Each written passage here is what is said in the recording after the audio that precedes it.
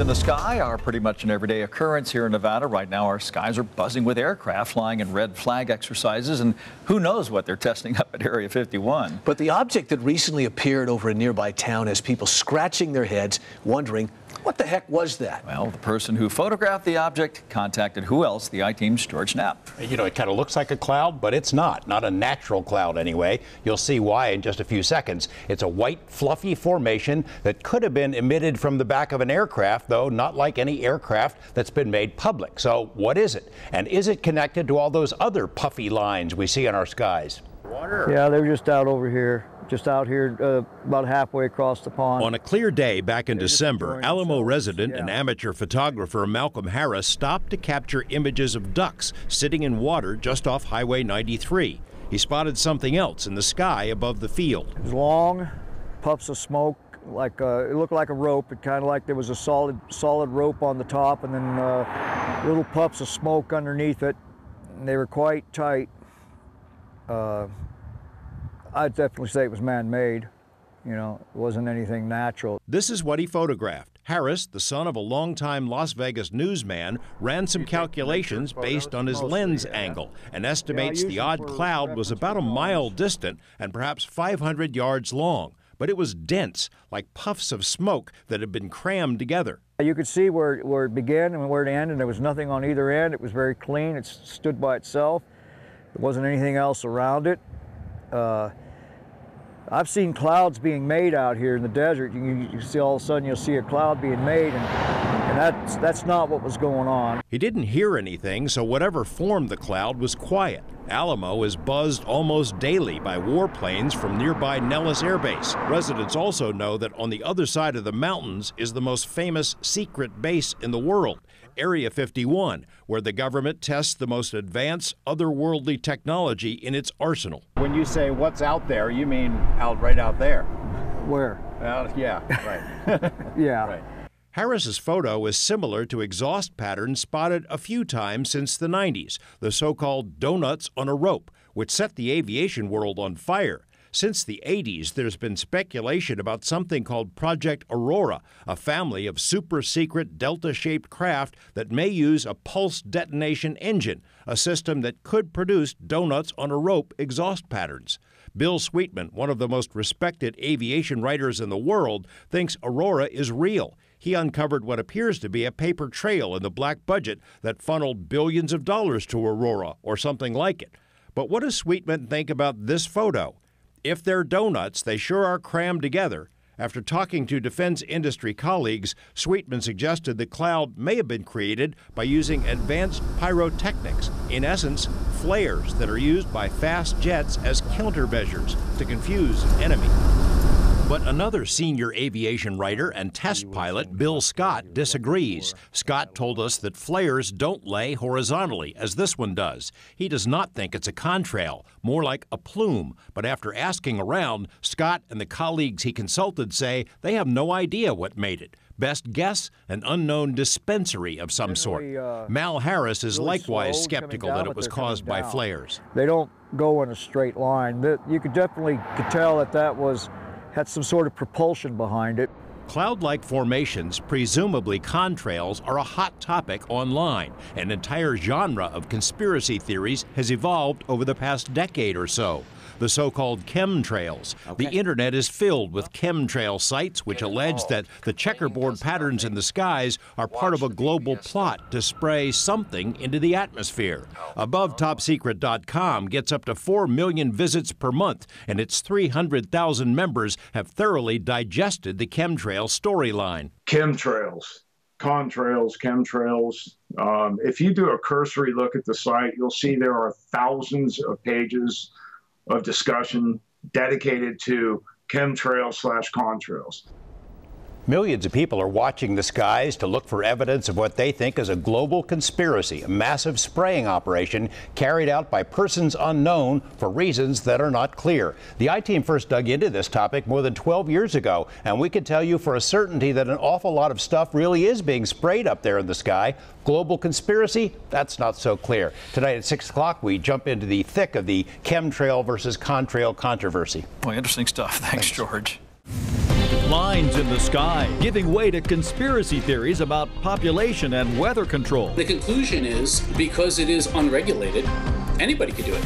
The I-Team's George Knapp goes looking for the truth. Your identity at risk. Everything you need to ruin someone. We're breaking down what your options are if you're one of the millions affected by Anthem's security breach. Thousands of locals taking advantage of health insurance options, but many more are skipping it and preparing to face a fine. The main reason why. Now, Nevada's first choice for news. This is 8 News Now at 6. Gigantic white lines crisscrossing the skies, sometimes in checkerboard patterns that morph into cloud formations. So something going on up there? Thanks for joining us. I'm Dave Courvoisier. And I'm Paul Johnson, in for Paula Francis tonight. The so-called Chemtrail Conspiracy has morphed into one of the largest and most enduringly dark tales of the internet age. Yeah, millions of people are watching the skies, taking photos to try to figure out just what's happening here. Some claim someone must be spraying stuff into the atmosphere. Is there any truth to it? The I-Team's George Knapp is looking into it. Well, as you know, I love a good conspiracy yarn as much as anyone does. And as we have learned, some conspiracies are true. People and governments conspire to do bad things all the time. There is no question that stuff is being sprayed into our skies, a lot of it, for a lot of different reasons. But the evidence for a global chemtrail conspiracy is weak. Just because we see lines in the skies does not mean we're being poisoned or the climate is being manipulated. A total manipulation of the Earth's climate system. And at this point, not many in this room know truly natural weather. That's one heck of a conspiracy theory, total control of the Earth's climate. Online, you'll see site after site, page after page of the chemtrail controversy. Why such broad appeal? The answer is as close as your front yard. The skies over Las Vegas are often crisscrossed with gigantic white lines that don't fade away. The contrails morph into clouds. Chemtrail believers are right. There's a lot more of it than in years past. Photos from all over the world get posted online. There are several competing theories. One is we're being poisoned. Another is we're being inoculated. A third is that it's a measure to combat global warming. But the prevailing view is this is geoengineering, human manipulation of the weather. Anybody could do it. So anybody that's interested in experimenting with climate engineering, weather modification, has the legal right and authority to be able to go and test it.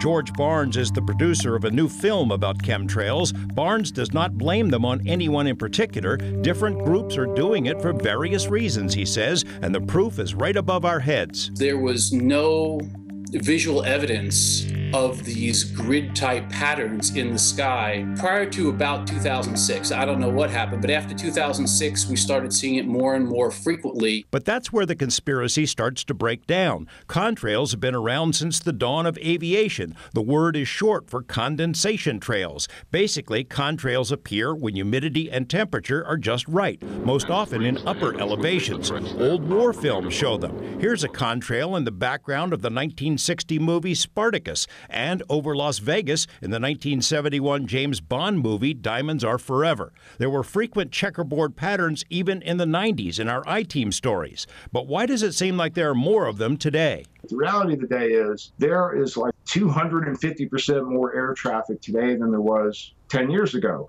And what happens is a lot of people step outside and they see these crisscross contrails up in the sky.